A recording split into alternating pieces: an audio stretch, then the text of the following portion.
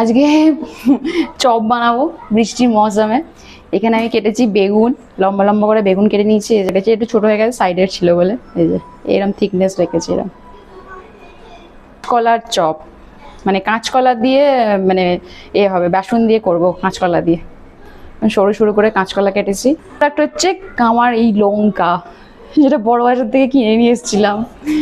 একটা লঙ্কার সাইজ দেখুন, একটু শুকিয়ে গেছে হালকা, অনেকদিন আগে কেনা ছিল। বড়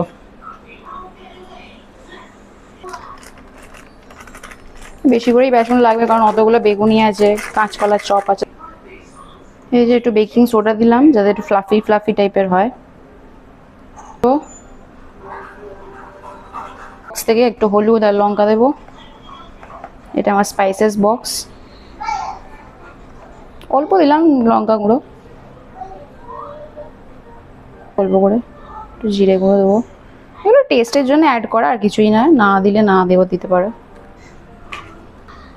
আর ওপর থেকে একটু পোস্ত অ্যাড করবো।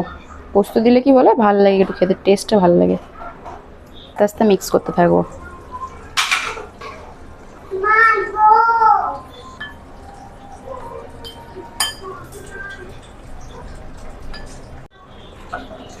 এই কড়াটা বসাই এবার দেবো সর্ষের তেলটা অ্যাড করব। তো বেশি করে দিতে হবে, নাহলে ভাজতে পারবো না। একটু কালো জিরে অ্যাড করে দেবো, খেতে ভালো লাগবে। ব্যাটারটার থিকনেসটা ঠিক এরকম হবে।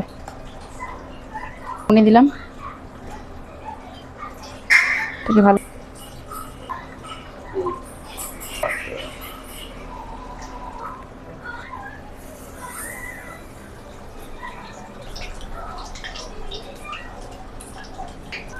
বেগুনটা এইদিকে উল্টে দিয়েছি, অপোজিট সাইডে। এখন ভাজা হচ্ছে, একদিকটা ভাজা হয়ে গেছে, আর একদিকটা ভাজা হচ্ছে। এবার তোলার পালা এসে গেছে, তুলতে হবে আস্তে আস্তে। লাল লাল হয়ে এসছে অনেকটা।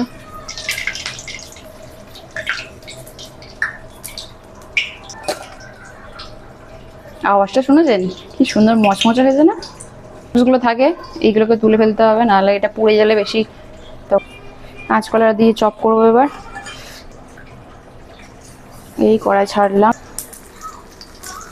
নাহলে বেশি। কি সুন্দর আওয়াজগুলো আসছে না? এই লঙ্কার, এবার লঙ্কার পালা, আর লঙ্কার চপ হবে। এই লঙ্কার চপ ছাড়লাম, এই যে আস্তে, এই যে নিয়ে একদম টেবিলে দেখা হবে।